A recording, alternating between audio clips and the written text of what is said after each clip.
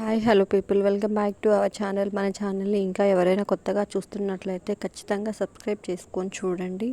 మన ఛానల్లో ఇంకా ఎన్ని వీడియోస్ పెట్టినా సబ్స్క్రైబర్స్ మాత్రం అస్సలు పెరగట్లేదు.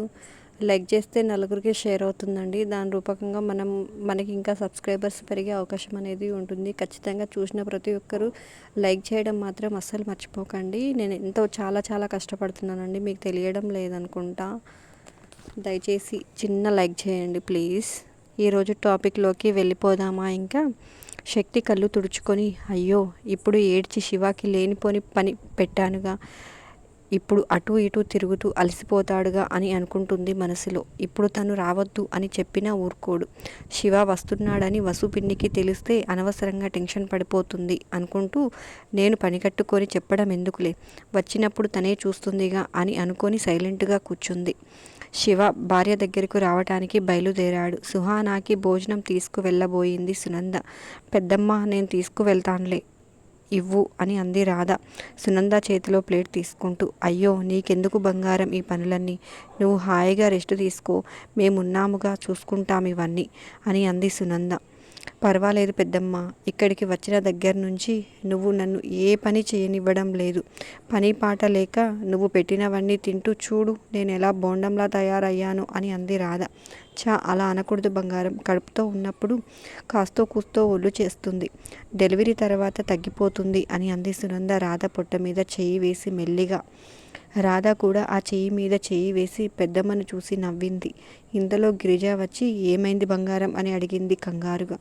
ఏం లేదులే మమ్మీ, సుహానాకి నేను భోజనం తీసుకువెళ్తాను అంటే పెద్దమ్మ వద్దు అని అంటుంది అని అంది రాధ. ఓ అంతేనా? పొట్ట పట్టుకుంటే ఏమైందోనని నాకు టెన్షన్ వచ్చేసింది అని అంది గిరిజ. ఒళ్ళు వస్తుందని బాధపడుతుంది గిరిజ. ఈ టైంలో ఒళ్ళు రావటం సహజం అని చెప్తున్నాను, ఇంతలో నువ్వు వచ్చావు అని అంది సునంద. పని లేకే ఇలా ఒళ్ళు వస్తుంది పెద్దమ్మ, ఇలా ఇవ్వు నేను తీసుకువెళ్తాను, అలా అయినా కాస్త కాళ్ళు కదులుతాయి అని అంటూ ప్లేట్ తీసుకుంది రాధ. ఆ దూడకు నేను తీసుకువెళ్తానులే నాన్న, నీకు అంతగా కాళ్ళు సాగాలంటే హాల్లో తిరుగు, ముందు నుంచి నువ్వంటే దానికి రెండు కళల్లోకి వెళ్ళవు, ఇప్పుడు ఇంకా మెంటలెక్కి ఉంది. అది తప్ప ఇంట్లో వాళ్ళంతా సుఖంగా వెళ్ళబోసుకుంటున్నారని దానికి కుళ్ళు. ఈ టైంలో దాని కంట్లో ఎంత తక్కువ పడితే నీకు నీ బిడ్డకి అంత మంచిది అని అంది గిరిజ. కుళ్ళుకుని మాత్రం ఏం చేస్తుందిలే మమ్మీ, ఈ బిడ్డ నా బిడ్డే కాదు, దాని అన్న బిడ్డ కూడా అని దానికి తెలియాలి కదా అని అంటూ బయటకు వచ్చి డైనింగ్ టేబుల్ మీద నుంచి మంచినీళ్ళ గ్లాస్ తీసుకుని సుహానా గదిలోకి వెళ్ళింది రాధ. అయ్యో పిచ్చి తల్లి, ఆ బంధాలన్నీ దానికి గుర్తుండుంటే అది ఈరోజు ఇలా గదిలో ఎందుకు పడుంటుంది అని అంది గిరిజ. రాధ భోజనం ప్లేట్ సుహానాకి ఇవ్వబోయింది. సుహానా తీసుకోకపోవటంతో బెడ్ మీద సుహానా ముందు పెట్టింది. రాధాని కింద నుంచి పైకి చూసి, మీరంతా మీకు నచ్చిన వాళ్ళని చేసుకొని లైఫ్ని ఎంజాయ్ చేస్తూ కడుపులు కాకరకాయలు తెచ్చుకోండి, నన్నేమో ఏ తలక మాసినాడుకో అంటగట్టి చేతులు దులుపుకోవాలి అనుకుంటున్నారు కదూ, నేను బ్రతికుండంగా అలా కానివ్వను అంటూ పైకి లేచి ఒక్కసారిగా రాధాని గట్టిగా పట్టుకుంది సుహానా. సుహానా ఏం చేస్తుందో అర్థం కాక, వదులు సుహానా అని తను చేతులు వదిలించుకోబోయింది రాధ. సుహానా ఇంకా గట్టిగా బిగించడంతో రాధాకి భయం వేసి, మమ్మీ పెద్దమ్మ అని గట్టిగా గావు కేకలు వేసింది.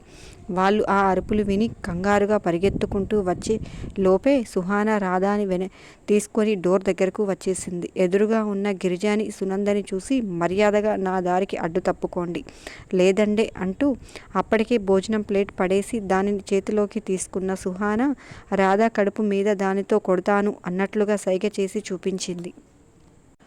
ఒసే దెయ్యం, నీకేమైనా పిచ్చి పట్టిందా అని అరిచింది గిరిజ కోపంగా. పట్టింది, పిచ్చే పట్టింది, పొద్దున్న లేచిన దగ్గర నుంచి రాత్రి పడుకునే వరకు నీ నాన్సెన్స్ విని విని నాకు పిచ్చి పట్టింది. నేనింకా ఈ టార్చర్ భరించలేను, అయినా నా జీవితం మీద నీ బోడి పెత్తనం ఏంటి అని అరిచింది సుహానా కోపంగా. నీ జీవితం బాగుండాలనే ఇదంతా, నువ్వు నా కూతుర్ని వదిలిపెట్టు అని అరిచింది గిరిజ. నేను ఈ ఇంట్లో నుంచి వెళ్ళాక వదిలిపెడతాను, తప్పుకో అని అంది సుహానా గట్టిగా అరుస్తూ. సుహానా, నా మాట విను నాన్న, మీ అమ్మమ్మ వచ్చిన తర్వాత కూర్చొని మాట్లాడుకుందో గాని రాధాని వదిలేయమ్మా, తను చూడు ఎలా భయపడుతుందో, ఇలా అయితే లోపల బిడ్డకి కూడా అంత మంచిది కాదు అని బ్రతిమిలాడింది సునంద. ముందు నువ్వు నోరు ముయ్. అసలిక్కడ మాట్లాడే అర్హత లేని వాళ్ళల్లో ముందు ఉండేది నీ పేరే. పెద్ద నీతులు చెప్పొచ్చావు. తమరి ఘనకార్యాలు తమరు మర్చిపోయినట్లున్నారు. మా మామయ్యను వలలో వేసుకుని పెళ్లి మండపంలో నుంచి రప్పించి పెళ్లి చేసుకుని ఒక అమాయకురాలి నిండు ప్రాణం తీసేశావు. అప్పుడు ఈ పాప పుణ్యాలు గుర్తుకు రాలేదా? ఇప్పుడు తోటికోడలు కూతురు కోసం ఓ తెగ ఇదైపోతున్నావు అంటూ సునందను నోటికి వచ్చినట్లు తిట్టిపోసింది సుహాన. ఇంకొక మాట మా మమ్మీ గురించి మాట్లాడావంటే అడ్డంగా నరుకుతాను. రాధాని వదిలిపెట్టవే అంటూ కోపంగా ముందుకు రాబోయాడు వరుణ్. ఓహోహో, నువ్వు అమ్మ కూచివి. నీకు కూడా నోరు లేస్తుందే. ఆగు, అక్కడే ఆగు. ముందుకు వస్తే అంటూ చేయిని పైకి లేపింది సుహాన రాధాని కొట్టడానికి అన్నట్లుగా. వద్దు అని అరుస్తూనే అందరూ కళ్ళు మూసుకొని మెల్లిగా కళ్ళు తెరిచారు. నువ్వు ఉండు చిన్నబాబు, దీనికి పిచ్చి పట్టింది అని అంది గిరిజ వరుణ్ణి వెనక్కి లాగుతూ. సుహాన మాటలు తన హృదయాన్ని ముక్కలు చేస్తున్నా అది బాధపడే కూర్చునే సమయం కాదని అక్కడి నుంచి మెల్లిగా జారుకొని అత్తగారికి, వంశీకి, రామకృష్ణకి ఫోన్ చేసింది. కానీ కొడుక్కి మాత్రం ఫోన్ చేయలేదు. శివ వస్తే విషయం పెద్దది అయిపోతుందని సునందకు బాగా తెలుసు. అందుకే ఫోన్ చేయలేదు. కానీ ఫోన్ అందరికంటే ముందే శివకి వెళ్ళింది. సుహాన రూమ్లో నుంచి బయటకు వచ్చి గిరిజ సునంద మీద అరుస్తున్నప్పుడే ప్రియ వెంటనే శివాకి కాల్ చేసి చెప్పేసింది. ఒసే రాక్షసి, నువ్వసలు ఆడదానివేనంటే కడుపుతో ఉన్న వదినని అడ్డం పెట్టుకుని తప్పించుకోవాలని చూస్తున్నావు. నీకు సిగ్గులేదే లేదా అని అంది ప్రియ. సిగ్గు గురించి నువ్వు మాట్లాడకు. పెళ్లి కాకముందే అన్ని కార్యక్రమాలు ముగించేశావుగా. కడుపు నిండిన తల్లి ఇలాగే కబుర్లు చెప్తుంది అని అంది సుహాన కోపంగా. నేనన్నీ ముగించడం నువ్వు ఏ సంధిలో నుంచి చూసావే అని అడిగింది ప్రియ కోపంగా. చూడడానికి ఏముందే, నువ్వు నీ మేనత్త పోలికే కదా, ఇంకా కొత్తగా తెలుసుకునేదేముంది అని అంది సుహాన వెటకారంగా. నువ్వు మనిషివే కాదే, మృగానివి. అనవసరంగా ఉత్త పుణ్యానికి మా అత్తను ఆడిపోసుకోకు, పురుగులు పట్టి చస్తావు అని అంది ప్రియ కోపంగా. ప్రియ తన ఇష్టం వచ్చినట్లు అననివ్వు నాన్న, నువ్వేం మాట్లాడకు అని అంది సునంద. ఊరుకో అత్త, ముందు నుంచి ఇది వీళ్ళ అమ్మ ఇష్టం వచ్చినట్లు నోరు పారేస్తున్నా అన్నీ మౌనంగా వింటూ వచ్చావు. అందుకే దీనికిప్పుడు కాళ్ళు వచ్చాయి.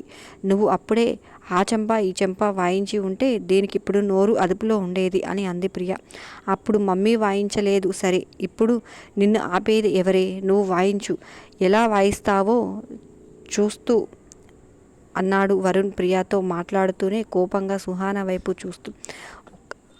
ఒక్కసారి రాధాని వదిలిపెట్టమని చూడు, నా చేతిలో చచ్చిపోతుంది అని అంది ప్రియ చెయ్యి పైకి లేపి చూపిస్తూ. అయ్యో, ఈ పిల్లలు ఈ మెంటల్ దాన్ని ఇంకా రెచ్చగొడుతున్నారుగా.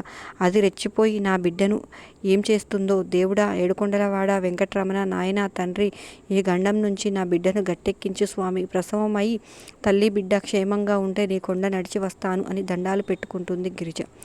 ఇంకా టైం గడిచే కొద్దీ అమ్మమ్మ అన్న మిగిలిన వాళ్ళందరూ ఇంటికి వచ్చేస్తారని గ్రహించి ఎక్కువ టైం వేస్ట్ చేయకుండా రాధాని లాక్కొని మెయిన్ డోర్ వైపుకు వెళ్ళింది. నువ్వు ఎక్కడికైనా వెళ్ళిపోవే, నా బిడ్డను వదిలే, ఇంకా నువ్వు ఎటుపోయినా మేం పట్టించుకోము అని బ్రతిమలాడింది గిరిజ. నీ మాటలు నమ్మేదెవడు అంటూ రాధాని వరండాలోకి లాక్కెళ్ళడానికి వెనక్కు తిరిగి చూడగానే వెనకాలే నిలబడిన శకుంతలను చూసి అమ్మమ్మ అని అంది ఒక్కసారిగా. శకుంతల సుహాన జుట్టు పట్టుకొని, నా రాధాని వదిలిపెడుతున్నావా, లేదంటే నీ తలను ఇలాగే తీసుకువెళ్ళి కొబ్బరికాయ పగలకొట్టినట్టు పగలకొట్టనా అని అడుగుతూ ఉండగానే అక్కడకు వచ్చిన వంశీ, వరుణ్ ఒక్కసారిగా సుహాన చేతిలో ఉన్న రాధాని వదిలించారు. బావా అంటూ రాధా భయంగా వంశీని వాటేసుకుంది. వంశీ కూడా రాధా చుట్టూ చేతులు వేసి, ఉఫ్, ఏం కాలేదు రాధా, భయపడకు అంటూ వెన్ను నెమురుతూ ధైర్యం చెప్పాడు. అప్పుడే ఇంటికి వచ్చి బైక్ స్టాండ్ వేసి పరిగెత్తుకుంటూ వచ్చాడు శివ. నాని చేతిలో సుహాన జుట్టు చూసి, అరెరే, ఇది ఇంకా ఇక్కడే ఉందా? ఇంకా నేను ఎక్కడికి పారిపోయిందో ఎక్కడెక్కడో వెతకడం ఎందుకని డైరెక్ట్గా ఆ ఒంటికాలి కుంటిగాడి దగ్గరికి వెళ్దామనుకున్నానే. వేస్ట్గా వాడికి ఇంకొక కోటింగ్ పడిపోయేది.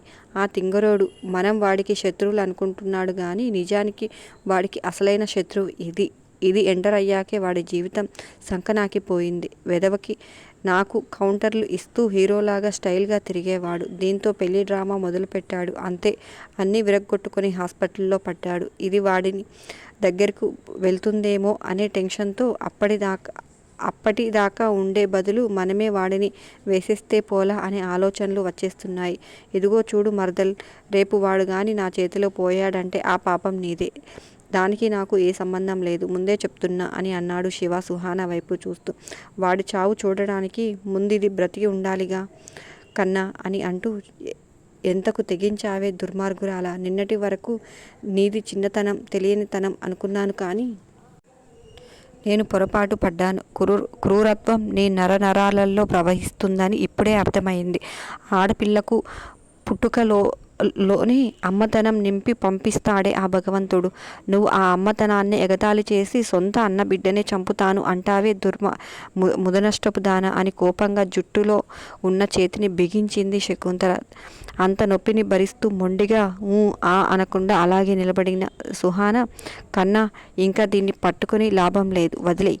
ఎటు పోవాలనుకుంటుందో అటు పోనివ్వు, ఎవ్వరూ దీని గురించి పట్టించుకోకండి అంటూ గుర్రున తిప్పి ముందుకు తోసేసింది శకుంతల. ఆ విసురుకి 4 అడుగులకు ముందుకు వెళ్ళి కింద పడింది సుహాన. సునంద, పిల్లకి కొంచెం మంచినీళ్ళు ఇవ్వు, నువ్వు లోపలికి వెళ్ళి కూర్చో బంగారం, నేను వస్తున్నాను అని అంటూ రాధా వైపు చూసింది. అంతకుముందు ఏం చేస్తున్న వంశీకి కూడా చెల్లు అనే ఆప్యాయత ఉండేది. కానీ ఈరోజు సుహానాని చూస్తుంటే ఏవగింపుగా అనిపించింది. ఇలాంటి మనసు తనది, నా బిడ్డకి అపాయం తలపెట్టాలని చూస్తుంది, తన సొంత అన్న బిడ్డని అనుకుంటున్నాడు మనసులో.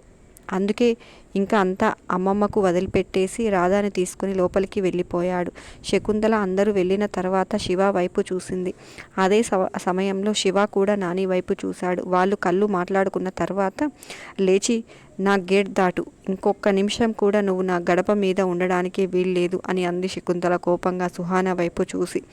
ఇప్పుడు వెళ్ళమని తర్వాత మనుషుల్ని పంపించవు కదా అని అంది సుహాన పైకి లేచి చేతులు దులుపుకుంటూ. ఈ రోజుతో నువ్వెవరో మేమెవరమో నీకు మాకు ఏ సంబంధం లేదు, ముక్కు మొహం తెలియని వాళ్ళ కోసం నేనెందుకు మనుషుల్ని పంపుతాను అని అంది శకుంతల. ఆ మాట విన్న తర్వాత సుహాన మెల్లిగా నడుచుకుంటూ వెళ్ళి గేట్ దాటుతూ ఉండగానే రామకృష్ణ ఎదురుగా వచ్చాడు. ఎదురుగా ఉన్న సుహానాని చూసి, ఎక్కడికి నానా, లోపలికి పద వెళ్దాం అని ప్రేమగా తీసుకురాబోయాడు. పెద్దబాబు, వదిలే, దాన్ని వెళ్ళనివ్వు అని అంది శకుంతల. ఎక్కడికమ్మా అన్నాడు రామకృష్ణ అయోమయంగా. ఏమో, దాని ఇష్టం, మనకు సంబంధం లేదు, నువ్వు వచ్చేయి అని అంది శకుంతల. రామకృష్ణ మళ్ళీ ఏదో అనబోతుండగా పెద్దబాబు అని అంది శకుంతల సీరియస్గా. ఇంకేం మాట్లాడకుండా లోపలికి వచ్చాడు రామకృష్ణ. సుహాన గేట్ తీసుకుని బయటకు వెళ్ళిపోయింది. శివ వస్తానని చాలా టైం అయిపోయింది, ఇంకా రాకపోయేసరికి ఎదురు చూస్తున్న శక్తికి ఏమైందోనని అనుమానం వచ్చి కాల్ చేసింది. శివ ఫోన్ లిఫ్ట్ చేసి, ఓ సారీ శివాంగి, నేను మళ్ళీ కాల్ చేస్తాను ఉండు అని చెప్పి ఫోన్ కట్ చేశాడు. ఏమైంది, నాతో మాట్లాడే టైం కూడా లేకుండా ఏం ఘనకార్యం చేస్తున్నాడు ఈ పతిదేవుడు అనుకుంటుంది శక్తి ఫోన్ వైపు చూస్తూ. అంతేనండి ఈ రోజుకి ఈ వీడియో. నచ్చిందా, ఎలా ఉంది ఖచ్చితంగా కామెంట్స్ రూపంలో తెలియజేయడం మర్చిపోకండి. దాంతోపాటు లైక్ చేయడం మాత్రం అస్సలు మర్చిపోకండి. మీ చిన్న లైక్ నాకు చాలా యూజ్ అవుతుంది, అది మాత్రం అస్సలు మర్చిపోకండి. ఉంటాను, బాయ్ బాయ్.